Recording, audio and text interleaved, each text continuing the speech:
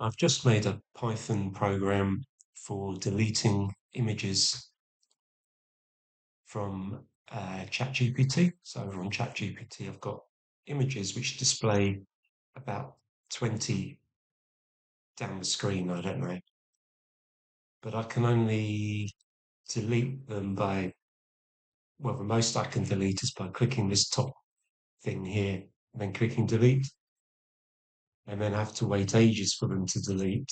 Um, so I wrote a program that does Alt and Tab to get onto this screen, and then it does it clicks at particular coordinates on the screen with the mouse.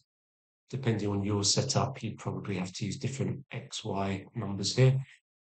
And then it clicks the XY coordinate of the delete all button. And then it waits for 75 seconds for everything to delete.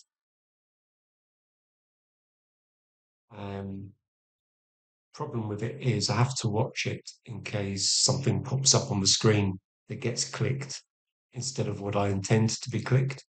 But I run the program, it waits 4 seconds before doing Alt and Tab.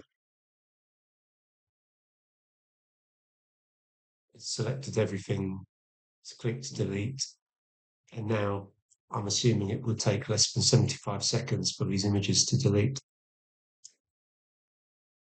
In August 2026, for some reason, ChatGPT doesn't have an easy way to delete hundreds of images from the library.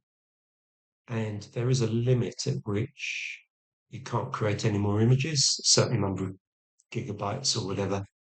So I do need to be deleting my images. Anyway, program works. There's a loop in the code, so it does this 10 times and then it stops. I could make that loop bigger. It could do it 20 times or 100 times.